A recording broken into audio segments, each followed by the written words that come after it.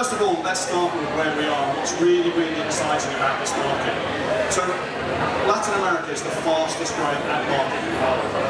And there are various reasons why that's happening. So we've got the Olympics next year. That's obviously hugely adds huge amounts of advertising spend, as we saw in London in 2012. We have mobile phone usage going through the roof. What people are using their mobile phones for it's quite incredible. So we know that 42% of Brazilian smartphone users, for instance, watch video every single day on their phone. In Mexico, 24% of all web pages now accessed on mobile phones. And Argentina, 59% of people in Argentina access the mobile internet. So all of this is combining into a massive opportunity for us in mobile advertising. In fact, people are predicting that the growth over the next 4 years will be $6 billion, which is just enormous. So as I mentioned, the things that are fueling this growth, it's down to mobiles. I think as we've seen over the last few days in lots and lots of talks that have gone in the conferences, that we've seen this shift in Latin America away from, or missing out the whole desktop straight into smartphone usage. And we will continue to see this over the coming years. Actually, in the region, 90% of all of the value on mobile advertising is smartphones. So it's really, really important. I know that we're not quite there in terms of smartphones overtaking feature phones, but what you'll see is over the coming years that will start to happen, and it will create more and more advertising opportunities in this region. But equally, programmatic is what's going to drive this revenue moving forward. What we've seen over the course of the last 18 months is that some of the world's biggest brands are looking at programmatic as their single route to market in the digital space. And we really need to embrace this in this marketplace. And I think that Latin America, not only we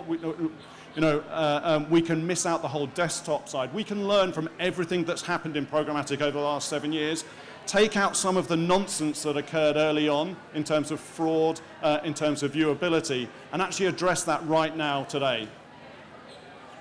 So I wanted to bring it down to actually what programmatic is. Interestingly, today, there was actually an article out that came from a company called AppNexus. They did a survey of people in Europe. And we talk about programmatic, and we talk about what the value of programmatic is to the ecosystem. But today, in this article, 63% of advertisers said that they were unclear about what programmatic is. So I think it's important for us to understand what programmatic is, and actually for us to realize just how simple it is before we move forward. And then we can start to look at that, why data is so important. So programmatic simply is just the automated buying process. It's nothing more complicated than that. In fact, let me just run through how programmatic works. So let's call this guy Will. And that's for all sorts of reasons I'm calling him Will. Will happens to be sitting there. So Will opens a mobile app or mobile web page, and on that app or web page, there's an ad unit. What happens is that the publisher sends that request to an ad exchange. And an ad exchange's job is to try to turn that inventory into the most valuable opportunity, to try and drive the highest possible price for that inventory. So their job is to try and market that inventory with data. What they do is they send out that ad request to lots and lots of demand-side platforms. So demand-side platforms are technology. They're simply the interfaces where you can go in and plan and buy your campaign. And then they're used, so these are technologies, they're then used by agencies, they're used by advertisers. And what those platforms do is that they evaluate that opportunity to see if they want to actually utilize it for any of their advertisers. So they'll look and start to see what type of data they have available around that user. Because I think the most important thing to remember about programmatic is it allows us to move away from buying channels into buying audiences. Sorry. And audiences, in order to buy audiences, we need to understand data. So in the programmatic space, what we're able to do is we're able to understand, are they the gender, their age, what things they're interested in, and equally importantly, what history do we have with this user? Have they interacted with any type of campaign that we've run previously? And utilizing this data, what the DSP or the advertiser is able to do is to evaluate what the value they attach to that opportunity is, analyze it and determine if they want to return an ad and at what price they want to return this ad. And then it's the exchange's job to evaluate everything that comes back from the exchanges to understand, first of all, does it meet the criteria that the publisher set in terms of understanding, did the publisher, at $2, is the publisher prepared to sell their inventory? Does the publisher actually want FedEx to run on their site? Or is there a limitation in terms of FedEx's opportunity? Once that whole process has gone through, then actually, there we go, we have success. The ad is delivered, and Will is really, really happy because he now has a FedEx ad on his page. And that whole process takes about 150 milliseconds. But it actually isn't more complicated than that. And I think as an industry, what we've done in programmatic is that the people who work in programmatic have talked it to a level that actually there is a gap in terms of the understanding of from the advertiser and also from the publisher's point of view. But really, if you take away from that it is that simple, that is the one thing that I want you to understand from this. But equally, you know, the thing that differentiates programmatic, and whilst it may be simple, is the use of data that is available in this programmatic ecosystem. So that we can see that, you know, when the DSPs or demand-side platforms evaluated the opportunity, they were looking at age, they were looking at gender, they were looking at all other types of data that was available for that opportunity. And there is a huge amount of data that is available for you to understand whether it's a good impression, a bad impression, a good opportunity, or the user or the audience is the right one that you want to target. So you can go out and you can buy third-party data from all of these different providers. And there are a lot of other providers coming into this marketplace. Now, the thing to remember with a lot of this third-party data is that it is inferred data. So what I mean by that is that people try to work out whether Will is male or female based around characteristics they see of his usage of the mobile web or the app ecosystem. I had a company that came to come and speak to me the other day and was like wanting me to use their data, and they tried to convince me that their data was really valuable and that they could predict 60% accuracy whether Will was male or female. Now, at 60% accuracy, if I close my eyes, I can, I have a 50% chance of guessing whether Will is male or female.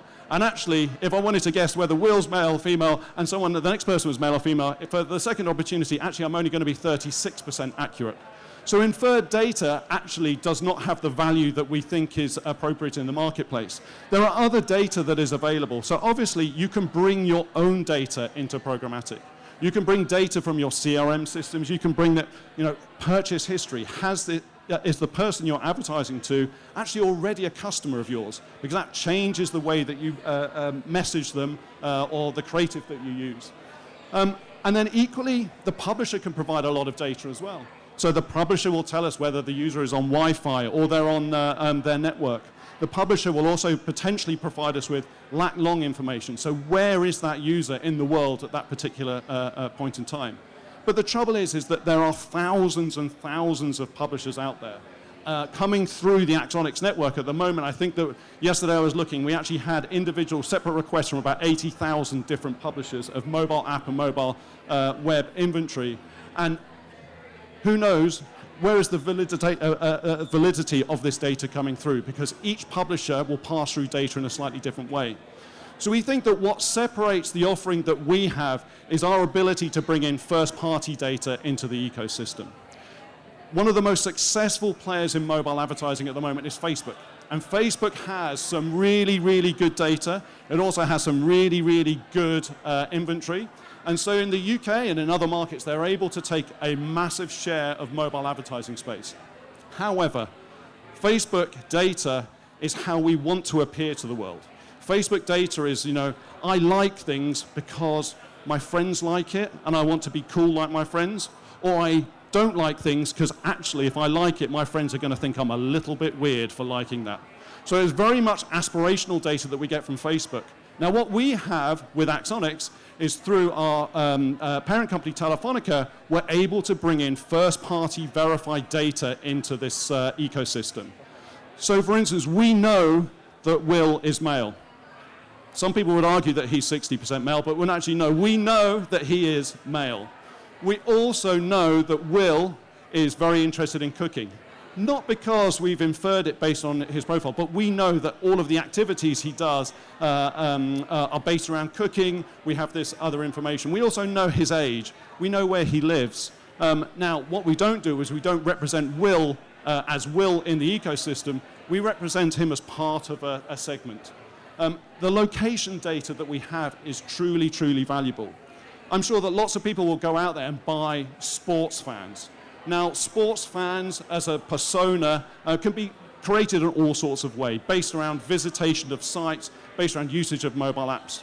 We can create sports fans because we know that that person was at White Hart Lane on Wednesday watching Arsenal beat Spurs 2-1. Yes. And actually them being in that place at that particular time makes them a sports fan.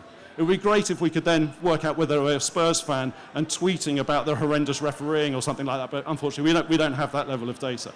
So the data that we have is truly, truly valuable, and then can enhance everything that exists in that other ecosystem.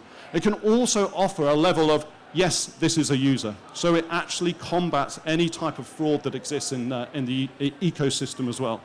And fraud is probably, it's utilized a lot in programmatic, and it's a very strong word. And there are different levels of fraud in terms of just things being misrepresented to actually being truly fraudulent. But having first-party data allows us to give a stamp of approval across all of the other data that exists in the ecosystem too. So if you have this data, what you're able to do is you're able to create a very, very unique and custom audience that you can target in real time. So you can bring in demographic, you can bring in location, you can bring in usage information into your audience, and then you can create sort of a media list that reflects where you think your brand should be. So data is the fundamental piece of the programmatic ecosystem. Programmatic, as I said, is a really, really simple process of connecting, in effect, one computer with another with pre-programmed rules of how you want to display your advertising. Creating the data piece, again, is relatively simple, but you need to make sure that you work with the right data provider to ensure that you get the right data for your campaigns and data that is actually going to give you a true picture of your audience. But data also, once you've gone through the process of creating your audience, you've gone through the process of being able to buy your audience through programmatic, data plays a fundamental role in how you deliver the message back to your audience too. So here we have an example of data being used, which is location data, to actually make sure that the creative reflects where the user is. It actually links through to, based on the location of the user, it gives them a map of where they should be, how far they are from the location of the, in this case, tire manufacturer or tire retailer.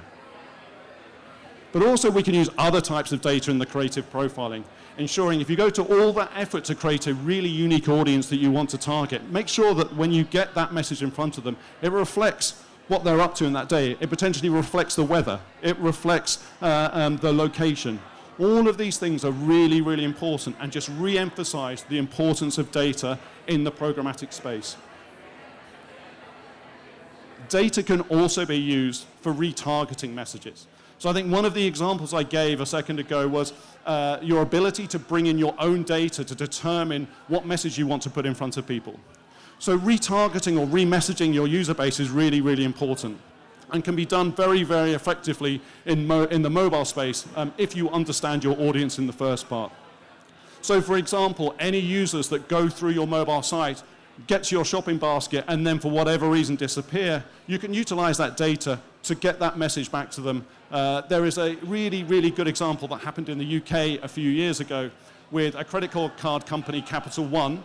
And what they used to do is that they would offer their standard credit cards out through advertising. When you clicked on it and you went through the process of filling in the application for the credit card, if at any point you dropped out of that approval or the application process, what they would do is that they would retarget you, remessage you with another offer that took you into a separate way into Capital One, where actually they dropped the APR down to a more competitive level to try and convince you. So again, you can create different sales funnels with the remarketing or retargeting message. Another great usage I've seen of it is where people are mobile app users or utilizing games, and they haven't been in that game or utilized that site for a period of time. You can bring that data in to retarget them and get them back into your mobile site or app. So what we are able to do with data, and which is really, really important, is we're able to take away the sort of the blind targeting that exists in mobile currently. And it is really, really important that we, as an industry, start to utilize data to target our campaigns effectively. I'm sure you are all aware that there is a massive, massive increase in the number of people that are using ad blocking. And the reason that they're using ad blocking is actually their experience of advertising is really, really poor. They're not using ad blocking because they're trying to be nasty to us in the industry. They're using ad blocking because their experience, the ads that they see are not targeted to them in any way. So we as an industry need to make sure that we start to use data to get the right message in front of the right audience at the right time. And if we do that, we have a much, much better chance of engaging with the right people. I think the biggest issue that I have with publishers is they try to deliver as many ads as possible through their sites, and that isn't the best way to do things. If you think on a mobile site or a mobile app, 99% of people are not interested in that offer. They don't engage with that offer, and we can measure that. It's actually we should make the experience really good for the 99%, and the 1% who will engage, they will engage if we get the right creative at the right time in the right place. So I think that if we really start to utilize data, and I mean true verified data in the ecosystem, then we will make advertising in general a better place. And my kids, when I tell my kids I work in advertising, they just shake their head and look at me as though I'm like some evil, evil guy, because they're 14 and 12 and they sit there and all they see is untargeted ads. Now this is our opportunity to make it a better experience for them and to make sure that they don't go and download ad blocking technology, because actually the ads are engaging with them. And I think as Sir Martin Sorrell said, we need to make ads more engaging and win back the consumer. So, just very, very quickly on Axonix. So Axonix, we are owned by Telefonica and Blackstone. We work very, very closely with Terra as well in this marketplace. And what we do is we bring in that first-party data into the ecosystem and allow it to be utilized by advertisers, either as direct sales through our audience buying platform, or we can connect that data-enriched supply into any technology that you have. Our place is to try and develop the market. So on the demand side, we are, as I said, technology agnostic. If you have any chosen DSP that you want to buy from or that you're already using, we will hook that up directly into the platform so that you can utilize that to buy our data, which is sort of running exclusively through us. Equally, we are already integrated with over 200 DSPs as well. So we offer a really, really flexible opportunity to bring data to your campaigns. Any questions from anyone?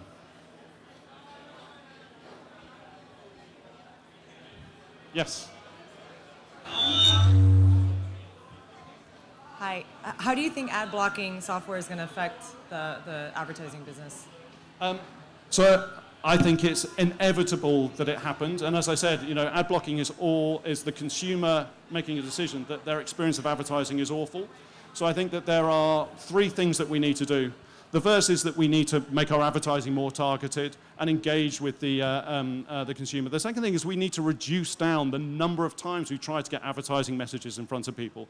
As an industry, we talk about billions and billions of impressions. We talk about, if I look in the programmatic space and you'll see how many ad opportunities there are, we're running into hundreds and hundreds of billions of opportunities every month. There's only 7 billion people on the planet, so we need to make sure that we're not just swamping them with messages at every opportunity. And then the final thing is, which I think is really, really exciting, and we're working with Telefonica on this, is that as an industry, we need to take control of the experience of the advertiser all the way through, from the creative through to how much of their data are they using to get advertising. We're going to force data them to see our ads and get them to watch our video, then we need to make sure that actually, we're paying for that.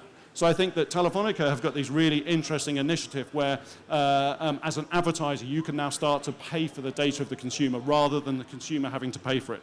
And if we do those three things, then I think that actually a lot of the reason that people use ad blocking will disappear. Any other questions? If anyone has any questions or anything that they want to get in touch with us with, That's my email address. Please feel free to send me any questions at any time. And thank you very much, everyone.